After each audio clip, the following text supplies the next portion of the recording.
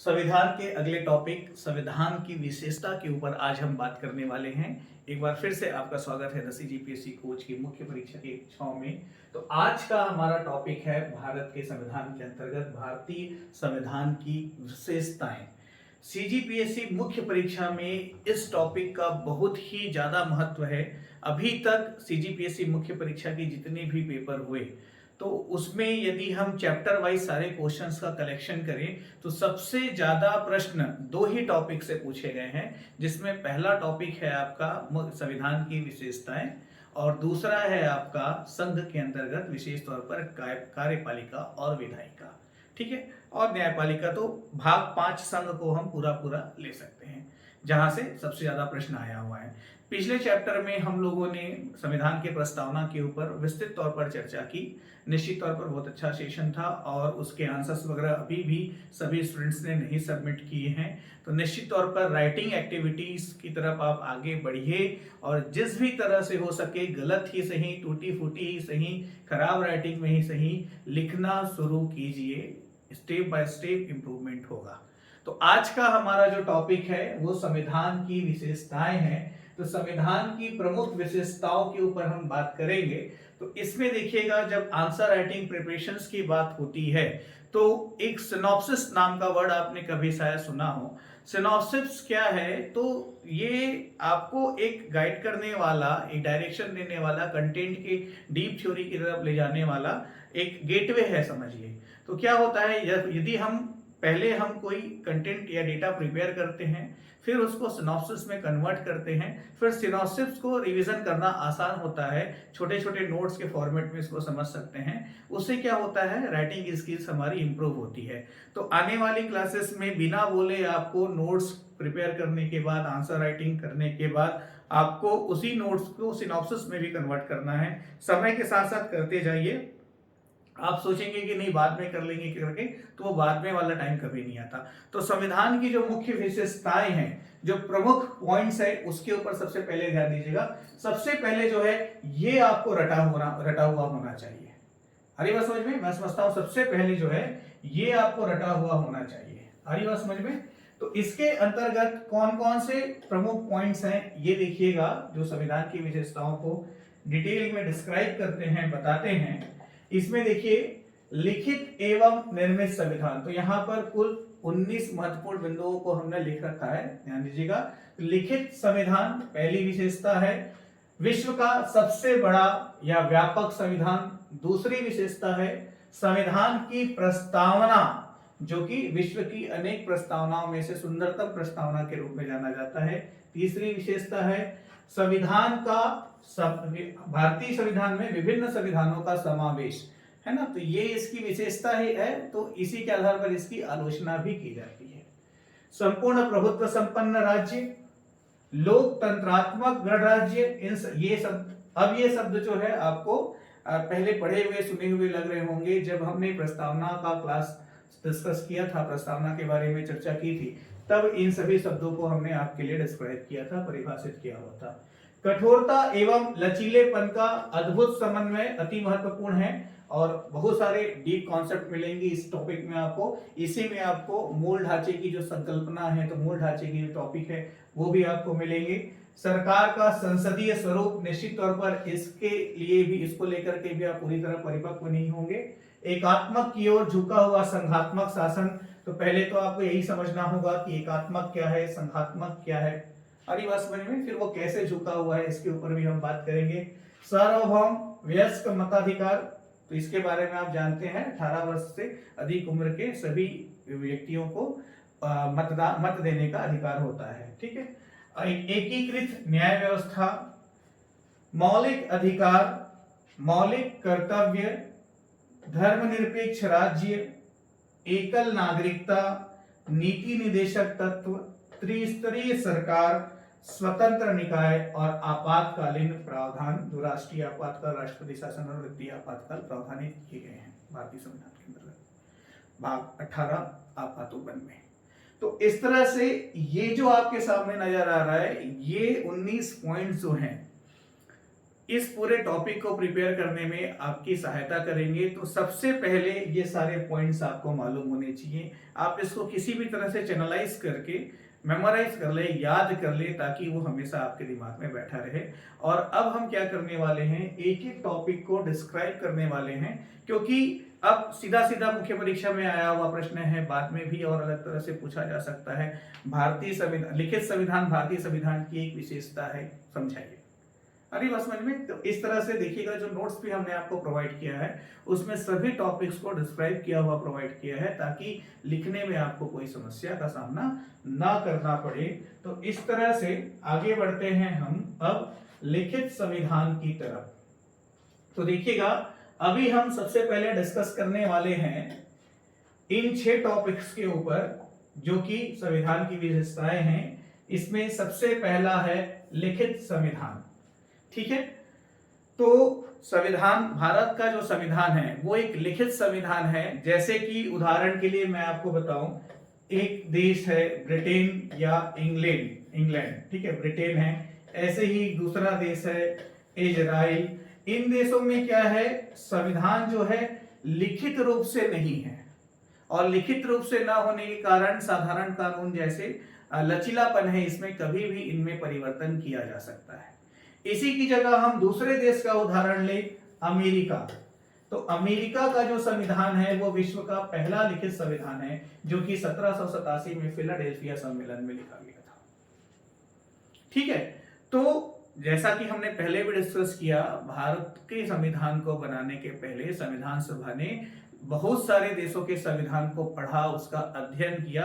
तो वहां से ये कॉन्सेप्ट लिया अमेरिकी संविधान से कि भारत का संविधान जो है एक लिखित संविधान होना चाहिए। और लिखित संविधान जो है एकात्मक तत्व है संविधान का। एकात्मक तत्व मतलब हमारे देश में, भारत में एक ही संविधान है, राज्यों के लिए भी वही संविधान कार्य करता है और पूरे देश के लिए भी वही संविधान कार्य करता है। मतलब कि संघ एवं राज्य दोनों के लिए एक ही संविधान है, भारत का संविधान, जो कि एक लिखित संविधान है।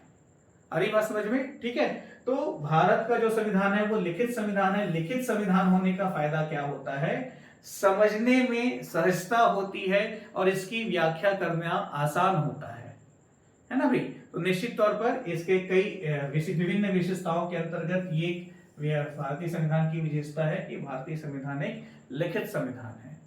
फिर देखिएगा, दूसरा जो पॉइंट है, विश्व का सबसे बड़ा संविधान या व्यापक संविधान। तो विभिन्न देशों का संविधान के अध्ययन करने के बाद संविधान सभा के सदस्यों ने जिस तरह से भारतीय संविधान को बनाया, तो क्या किया, हर जहां का जो भी सकारात्मक अवयव मिला, जो भी सकारात्मक तथ्य था, उन सभी चीजों को भारतीय संविधान में समाहित करते गए। ऐसा करते करते भारतीय संविधान काफी व्यापक हो गया और आज जो है विश्व का सबसे बड़ा संविधान है। जब संविधान का निर्माण हुआ तब इसमें 395 अनुच्छेद, 22 भाग और 8 अनुसूचियां थी। आज वर्तमान में 100 से ज्यादा संविधान संशोधन हो चुके हैं। 42वां संविधान संशोधन अधिनियम 1976 को लगभग लघु संविधान के रूप में प्रोनाउंस किया जाता है, क्योंकि इसमें बहुत सारे संविधान संशोधन हुए थे। ठीक है, तो वर्तमान में 395 अनुच्छेद के अंतर्गत कई उप अनुच्छेद जोड़े जा चुके हैं। 22 भाग में ही और भी उपभाग जोड़े जा चुके हैं और अनुसूचियां जो है 8 से 12 अनुसूचियां हो गई हैं, है ना भाई। तो इस तरह से भारतीय संविधान काफी वृहद है, व्यापक है और इसमें विश्व के कई अनेकों संविधान के सकारात्मक अवयवों को शामिल किया हुआ है। आगे देखिएगा, संविधान की प्रस्तावना। तो भारतीय संविधान की जो प्रस्तावना है वो विश्व के सुंदरतम संविधान की प्रस्तावनाओं में से एक है, जो कि जिसकी अवधारणा अमेरिकी संविधान से ली गई है और भाषा जो है ऑस्ट्रेलिया से लिया हुआ है। इसमें ध्यान दीजिएगा, जब प्रस्तावना की बात होती है तो भारतीय संविधान की प्रस्तावना में भारतीय संविधान का मूल तत्व या दार्शनिक आधार समाहित है।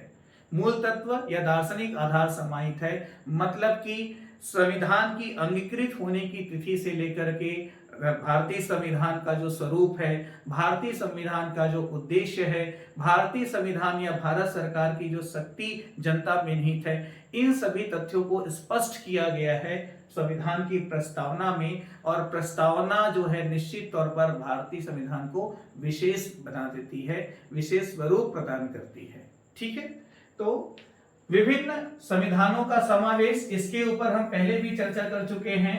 और संविधान के जो स्रोत हैं, अलग अलग देशों से जो जो पॉइंट्स लिए गए हैं, इसके ऊपर भी हमने पिछली कक्षा में बात की है। तो जैसे कि आयरलैंड से लिया हुआ है नीति निर्देशक तत्व, तो ऐसे अनेक देशों से अनेक पॉइंट्स वगैरह जो है, संविधान संशोधन लिया हुआ है दक्षिण अफ्रीका वगैरह से, राष्ट्रपति का निर्वाचन लिया हुआ है अमेरिका से। तो इस तरह से अलग अलग देशों के संविधान से उनके सकारात्मक अवयवों को समाहित करते हुए भारतीय संविधान का निर्माण किया गया है। तो विभिन्न संविधानों का समावेश भी जो है भारतीय संविधान की विभिन्न विशेषताओं में से एक है। फिर इसमें देखिएगा संपूर्ण प्रभुत्व संपन्न, अगला पॉइंट है हमारा, मतलब कि भारत जो है अपने आंतरिक या बाह्य किसी भी मामलों को लेकर के किसी भी राज्य या किसी भी देश या किसी भी निकाय पर निर्भर नहीं है, स्वतंत्र है, संप्रभु है। मतलब कि भारत स्वयं अपने निर्णय लेने में सक्षम है। तो भारत में जनता द्वारा, जनता की चुनी हुई सरकार होती है, तो जनता द्वारा जनता का ही शासन है, या जनता के प्रतिनिधि जो है वो भारत सरकार में शामिल होते हैं, वो देश चलाते हैं। ठीक है, तो इस तरह से भारत कहीं पर भी किसी भी दूसरे राष्ट्र, व्यक्ति, निकाय या राजतंत्र के द्वारा संचालित नहीं होता है। लोकतंत्रात्मक गणराज्य है भारत। ठीक है, तो अपने सभी मामलों के लिए भारत का स्वतंत्र होना संपूर्ण प्रभुत्व संपन्न का परिचायक है। फिर इसमें देखिएगा अगला पॉइंट है लोकतंत्रात्मक गणराज्य। इसके ऊपर भी प्रस्तावना के अंतर्गत हमने विस्तार से चर्चा की थी। लोकतंत्र का मतलब होता है सरकार का जो संचालन है वो सरकार, वो जनता द्वारा चुने हुए लोगों के द्वारा किया जाता है। मतलब कि भारत सरकार की जो शक्ति है वो किसमें निहित है, तो भारत की जनता में निहित है। भारतीय संविधान की जो शक्ति है या संविधान का स्रोत, शक्ति का स्रोत क्या है, तो भारत की जनता है। वैसे ही जो भारत सरकार है, ध्यान दीजिएगा, भारत सरकार की शक्ति का स्रोत क्या है। आपसे कभी पूछा जाए कि भारत सरकार की शक्ति का स्रोत क्या है, तो भारत सरकार की शक्ति का स्रोत है भारत की जनता। ये जो है लोकतंत्र को परिभाषित करता है, जो कि संविधान की विभिन्न विशेषताओं में से एक है। गणराज्य का मतलब होता है जिस देश में राष्ट्राध्यक्ष का जो है निर्वाचन होता हो, जिस राष्ट्र में राष्ट्राध्यक्ष का निर्वाचन होता हो, ऐसे राष्ट्र को गणराज्य के रूप में कहा, परिभाषित किया जाता है। जैसे कि ब्रिटेन में राजतंत्र है ना भाई, तो हमारे यहाँ जो है गणतंत्र है। मतलब कि भारत का जो राष्ट्र प्रमुख है, मतलब भारत का जो राष्ट्रपति है, उसका निर्वाचन होता है जनता द्वारा, अप्रत्यक्ष निर्वाचन के माध्यम से राष्ट्रपति को चुना जाता है। ठीक है, तो ये पहले 6 विशेषताएं हुई जो कि पढ़ना समझना अत्यंत सरल है और इसको लिख पाना बड़ा आसान है। तो हम चाहेंगे कि हर पॉइंट को कम से कम 2 से 4 नंबर के लिए समझाते हुए लिखने की प्रैक्टिस करें, प्रयास करें। अब इसमें देखते हैं अगला पॉइंट क्या है हमारा। अगला पॉइंट है हमारा कठोरता एवं लचीलेपन का अद्भुत समन्वय। ठीक है, बहुत ही महत्वपूर्ण पॉइंट है और इसमें विशेष ध्यान दीजिएगा। बहुत सारे ऐसे तथ्य हैं जिसका डीप कॉन्सेप्ट इस टॉपिक में आपको क्लियर होने वाला है और इसको लेकर के थोड़े अटपटे टाइप के ऑब्जेक्टिव क्वेश्चंस भी बनते हैं, जिसका आंसर देना काफी मुश्किल होता है क्योंकि यह सीधे सीधे संविधान संशोधन से जुड़ा हुआ है। ठीक है, तो अभी हम संविधान संशोधन की जो प्रक्रिया है उसके ऊपर विस्तार से चर्चा करेंगे। तो इसमें देखिएगा कठोरता के साथ लचीलेपन का अद्भुत समन्वय भारतीय संविधान की विभिन्न विशेषताओं में से एक है। अब यहां पर जो 2 शब्द हैं कठोरता और लचीलापन, इसका क्या अर्थ है। कठोरता मतलब कि संविधान की कठोरता का उदाहरण है अमेरिकी संविधान, है ना भाई। अमेरिकी संविधान में संशोधन की प्रक्रिया जो है बहुत ही जटिल है और उसमें संशोधन करना आसान नहीं है। अब इसी की जगह दूसरा लेते हैं ब्रिटेन का संविधान। तो ब्रिटेन का संविधान जो है अलिखित संविधान होने के कारण अत्यंत लचीला है, साधारण कानून जैसा।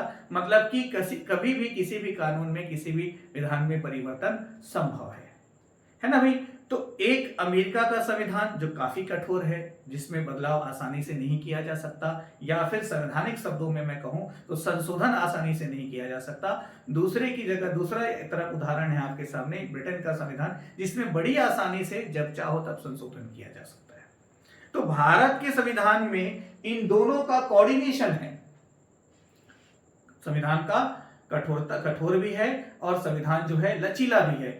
कैसे है इसको थोड़ा बारीकी से समझते हैं। भारतीय संविधान में अनुच्छेद 368, ध्यान दीजिएगा, भारतीय संविधान में अनुच्छेद 368 में, ठीक है, भारतीय संविधान में अनुच्छेद 368 भाग 20 के अंतर्गत संविधान संशोधन की प्रक्रिया को बताया गया है।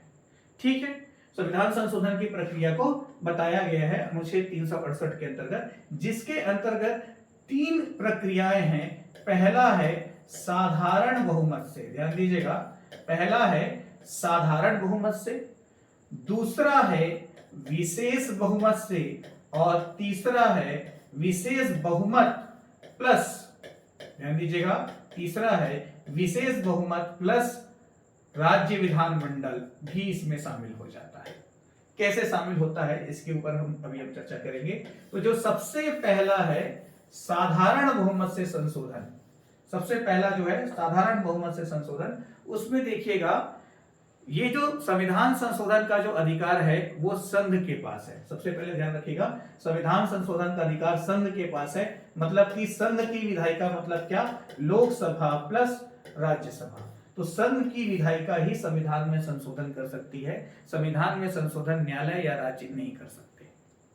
ठीक है, तो अनुच्छेद 368 के अंतर्गत जो 3 प्रक्रिया बताई गई है, उसमें पहली प्रक्रिया है साधारण बहुमत से, समझिएगा, उसमें पहली प्रक्रिया है साधारण बहुमत से। साधारण बहुमत का मतलब होता है उपस्थित और मतदान करने वाले आधे से अधिक। ठीक है भाई, उपस्थित और मतदान करने वाले आधे से अधिक।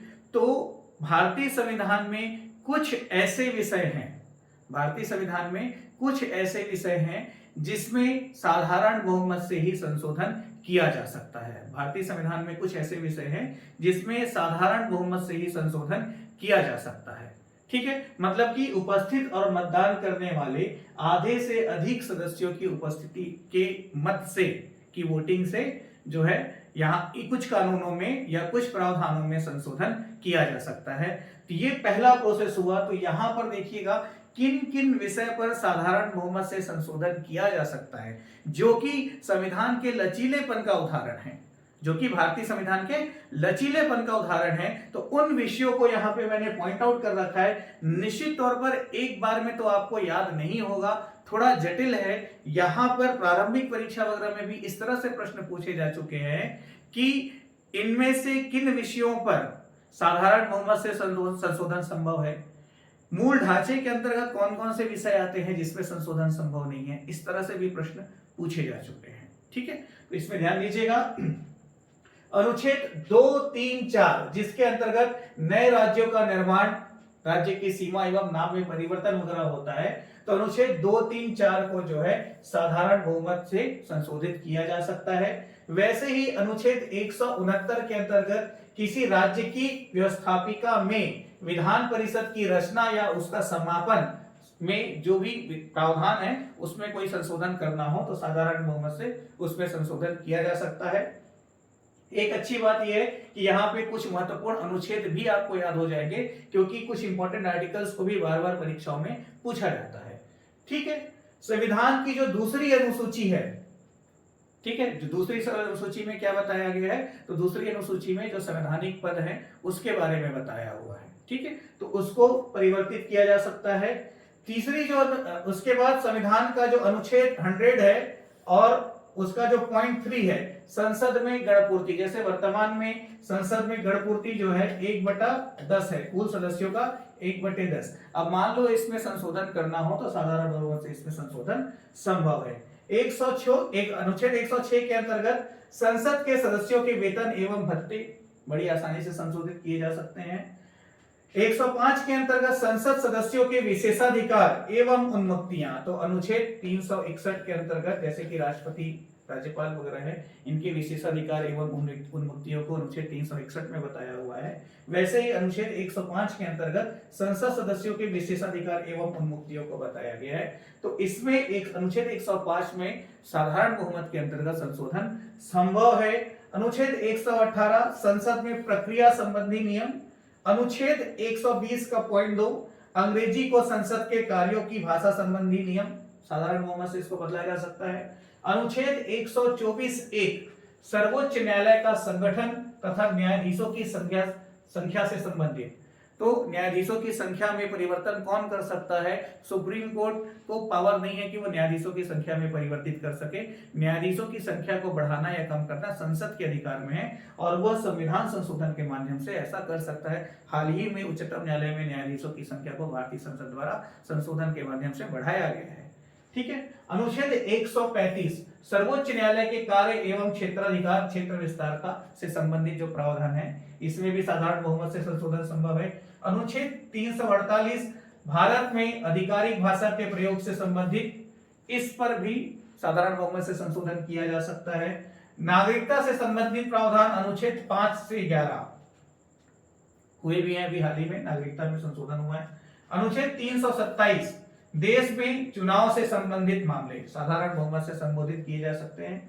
5वीं एवं 6वीं अनुसूची, जिसके अंतर्गत 5वीं अनुसूची में अनुसूचित जाति जनजाति क्षेत्रों के प्रशासन संबंधी प्रावधान है और 6वीं अनुसूची में अमित्री मिजो मतलब असम मेघालय त्रिपुरा मिजोरम के प्रशासन संबंधी प्रावधान है। तो इसमें भी जो है संशोधन साधारण बहुमत से किया जा सकता है। और अनुच्छेद 81 चुनावी क्षेत्रों को असीमित तथा सीमित करना, इसमें भी संशोधन साधारण बहुमत से किया जा सकता है। और अनुच्छेद 240 केंद्र शासित क्षेत्र, इसमें भी संशोधन साधारण बहुमत से किया जा सकता है। ये जितने भी विषय हमने आपके सामने रखे हैं आर्टिकल्स के साथ, इसमें यदि विधायिका को संशोधन करना हो तो साधारण बहुमत से संशोधन कर सकती है। और यह जो पॉइंट है वो भारतीय संविधान के लचीलेपन को बताता है, लचीलेपन को स्पष्ट करता है।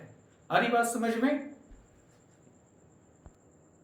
इसके बाद देखिए, कुछ ऐसे विषय हैं जिस पर संशोधन तो संभव है ना भाई, कुछ ऐसे विषय हैं जिस पर संशोधन तो संभव है, लेकिन जैसे इसके पहले जो विषय हमने देखा साधारण बहुमत से संशोधित किए जा सकते थे, उपस्थित और मतदान करने वाले आधे से अधिक। तो जो संविधान संशोधन का जो दूसरा तरीका है जिसके अंतर्गत विशेष बहुमत द्वारा संशोधन किया जा सकता है, तो यहां पे साधारण बहुमत की तुलना में थोड़ी जटिलता आ जाती है, क्योंकि यहां पर विशेष बहुमत का प्रावधान है। विशेष बहुमत का मतलब होता है उपस्थित और मतदान करने वाले 2/3 सदस्य, उपस्थित और मतदान करने वाले 2/3 सदस्य, ये जो है विशेष बहुमत को बताता है। ठीक है। तो निश्चित तौर पर संसद के सदस्यों के 2/3 सदस्य की संख्या का एक तरफ होना, एक विषय पर होना, एक राय होना साधारण बहुमत की तुलना में जटिल है। तो यहां पर लचीलापन कम हो गया, कठोरता की तरफ अग्रसर हो गए। इसीलिए हम कहते हैं कठोरता एवं लचीलेपन का अद्भुत समन्वय। अभी 2 और पॉइंट्स पे डिस्कस करना है, जैसे कि मूल ढांचे में परिवर्तन होता ही नहीं, मतलब कि अत्यंत कठोर है, होता ही नहीं परिवर्तन उसमें। और फिर कुछ ऐसे प्रावधान हैं जिसमें विशेष बहुमत के साथ साथ राज्य के विधानमंडलों की भी आवश्यकता पड़ जाती है। ठीक है। तो विशेष बहुमत के द्वारा संशोधित किया जा सकता है भारतीय संविधान का भाग 3 मौलिक अधिकार। तो जो मूल अधिकार से संबंधित भाग 3 है उसमें संशोधन करना हो तो यह विशेष बहुमत से संभव है। और वैसे ही भाग 4 राज्यों के नीति निर्देशक तत्व, मतलब कि जिसके अंतर्गत निर्देशित किया गया है कि राज्य कानून बनाते समय, कार्य करते समय राज्य के नीति निर्देशक तत्व में जो सिद्धांत दिए गए हैं उसका पालन करते हुए कार्य करेंगे। ठीक है। तो भाग 3 और भाग 4 में विशेष बहुमत के द्वारा ही संशोधन संभव है। आ रही बात समझ में? अब देखिएगा अगला जो पार्ट है जिसमें सिर्फ विशेष बहुमत से बात नहीं बनेगी, ये संविधान संशोधन की जो प्रक्रियाएं हैं उसमें से तीसरी प्रक्रिया है, जो कि तीनों में से सबसे जटिल प्रक्रिया है। तीनों में से सबसे जटिल प्रक्रिया है, सबसे कठिन प्रक्रिया है या सबसे कठोर प्रक्रिया है। इसके अंतर्गत विशेष बहुमत की आवश्यकता होती है केंद्र की विधायिका द्वारा, मतलब कि लोकसभा प्लस राज्यसभा। ध्यान दीजिएगा, लोकसभा प्लस राज्यसभा द्वारा विशेष बहुमत से पारित होना चाहिए। ठीक है, कुछ ऐसे विषय हैं जिस पर संशोधन के लिए जो वोटिंग है, जो संशोधन है या जो संशोधन विधेयक है, वो लोकसभा और राज्यसभा से विशेष बहुमत से पारित होना चाहिए। और उसके साथ साथ भारत में जो राज्य हैं, तो आधे से अधिक राज्यों के, आधे से अधिक राज्यों के, ध्यान दीजिएगा, आधे से अधिक राज्यों के विधानसभा से साधारण बहुमत से पारित होना चाहिए। आधे से अधिक राज्यों के विधानसभा से साधारण बहुमत से पारित होना चाहिए। तो ध्यान दीजिएगा, लोकसभा और राज्यसभा से विशेष बहुमत से पारित होना चाहिए और राज्य की विधानसभाओं से साधारण बहुमत से पारित होना चाहिए। तो ये भी एक प्रश्न पूछा गया है कि संविधान संशोधन प्रक्रिया के अंतर्गत जब राज्यों का मत लिया जाता है तो राज्य विधानसभा से किस तरह के बहुमत से पारित होना चाहिए, तो वो साधारण बहुमत से पारित होना चाहिए, ऐसा संविधान संशोधन विधेयक। और कितने राज्यों के, जो देश में कुल राज्य हैं उसके आधे से अधिक। तो अब देखिए और कठोर हो गया, मतलब कि आधे से अधिक राज्य की विधानसभा यदि एग्री नहीं हुए तो इस विषय में सिर्फ लोकसभा और राज्यसभा मतलब कि केंद्र की विधायिका स्वेच्छा से संशोधन नहीं कर सकती। इसीलिए कहा जाता है कठोरता एवं लचीलेपन का अद्भुत समन्वय। तो देख लीजिएगा इस प्रावधान के तहत ऐसे कौन कौन से विषय हैं जिसमें संविधान संशोधन संभव है। तो इस प्रक्रिया के तहत अनुच्छेद क्रमांक 54, 55 राष्ट्रपति का निर्वाचन एवं राष्ट्रपति की निर्वाचन प्रक्रिया। तो राष्ट्रपति का निर्वाचन एवं निर्वाचन की प्रक्रिया में कोई फेरबदल करना हो तो उसके लिए इस तरह के बहुमत की आवश्यकता होती है, विशेष बहुमत प्लस आधे से अधिक राज्य की विधानसभाओं का साधारण बहुमत। वैसे ही अनुच्छेद 75 और अनुच्छेद 162 संघ तथा राज्य की कार्यपालिका शक्ति से संबंधित है, जिसके अंतर्गत प्रधानमंत्री और मुख्यमंत्री की नियुक्ति की जाती है। ठीक है, भारतीय संविधान का भाग 5 का अध्याय 4 जो कि सर्वोच्च न्यायालय से संबंधित है, इसमें भी साधारण बहुमत या विशेष बहुमत से संशोधन नहीं किया जा सकता। राज्यों के उच्च न्यायालय से संबंधित भाग 5 का अध्याय 5, इसमें भी साधारण या विशेष बहुमत से संशोधन नहीं किया जा सकता। इसमें इन सभी विषयों पर संशोधन के लिए क्या होना चाहिए, बार बार मैं बोल रहा हूं आपको, विशेष बहुमत के साथ साथ देश के आधे से अधिक राज्यों के विधानसभाओं के साधारण बहुमत से पारित होना चाहिए। संविधान की 7वीं सूची, ठीक है, जिसमें व्यवस्थापिका की राज्य तथा संघ में व्यवस्थापिका की शक्ति का वितरण है। तो 7वीं सूची, 7वीं अनुसूची, इसमें परिवर्तन साधारण बहुमत या विशेष बहुमत से नहीं किया जा सकता। ठीक है, 4थी अनुसूची जिसमें राज्यों के प्रतिनिधित्व का प्रावधान है, ठीक है, राज्यसभा से संबंधित इसमें। और अनुच्छेद 368 स्वयं, अनुच्छेद 368 स्वयं मतलब कि संविधान संशोधन की जो प्रक्रिया है उसमें भी संशोधन करना हो तो विशेष बहुमत के साथ साथ आधे से अधिक राज्यों की विधानसभाओं के साधारण बहुमत से वो बिल पारित होना चाहिए, तभी संभव है संशोधन। तो देख लीजिए, साधारण बहुमत में खाली विधायिका और उपस्थित लोगों में भी सभी का मत न होने के बावजूद संभव था। विशेष बहुमत में 2/3 सदस्य कर दिया गया और विशेष बहुमत प्लस आधे से अधिक राज्यों का साधारण बहुमत जो है सबसे जटिल प्रक्रिया है। तो इस तरह से पहले हमने सबसे सरल प्रोसेस देखा, फिर हमने सबसे कठिन प्रोसेस देखा। यही इस बात को परिभाषित करता है कि कठोरता के साथ लचीलेपन का समन्वय है। पर इसमें देखिएगा कुछ ऐसे विषय हैं जिस पर संविधान संशोधन संभव ही नहीं है ना भाई। केशवानंद भारती बनाम केरल राज्य 1973 का जो वाद है, इसमें माननीय उच्चतम न्यायालय ने मूल ढांचे को परिलक्षित किया, परिभाषित किया और कहा कि मूल ढांचे में परिवर्तन का अधिकार संसद को नहीं है। तो यहाँ पर वनडे एग्जामिनेशन और मुख्य परीक्षा दोनों के लिए आपकी जवाबदेही बनती है कि मूल ढांचे में के अंतर्गत आने वाले जो मुख्य विषय है वो कौन कौन से हैं, ये आपको मालूम होना चाहिए। तो यहाँ पर जो मैंने पॉइंट आउट कर रखा है इसके अंतर्गत मूल ढांचे में शामिल विषय हैं, ठीक है, ध्यान रखिएगा। तो कौन कौन से हैं? संविधान की सर्वोच्चता, जो कि संविधान का एकात्मक तत्व है, तो संविधान की सर्वोच्चता, विधि का शासन, पंथ निरपेक्ष संघात्मक शासन। यहाँ पर संविधान की सर्वोच्चता जो है वो संघात्मक तत्व है, एकात्मक तत्व नहीं है। अभी इसके बारे में हम चर्चा करने वाले हैं आगे जाकर के। तो संविधान की सर्वोच्चता, विधि का शासन, पंथ निरपेक्षता, संघात्मक शासन, व्यक्ति की गरिमा तथा अखंडता, न्यायिक पुनरावलोकन की, न्यायालय की शक्ति, ठीक है, राज्य की एकता और अखंडता, मौलिक अधिकार एवं नीति निर्देशक तत्व, संसदीय प्रणाली। देखिएगा, मौलिक अधिकार में विशेष बहुमत के अंतर्गत संशोधन किया जा सकता है, लेकिन मौलिक अधिकार का जो मूल ढांचा है उसमें संशोधन नहीं किया जा सकता है, ये है इसका मतलब। स्वतंत्र और निष्पक्ष निर्वाचन, समानता का सिद्धांत, न्यायपालिका की स्वतंत्रता, कल्याणकारी राज्य की स्थापना, राज्य का जो नीति निर्देशक तत्व है उसमें कल्याणकारी राज्य की स्थापना की संकल्पना की गई है, और नीति निर्देशक तत्व की जो प्रकृति है वो सलाहकारी प्रकृति की है।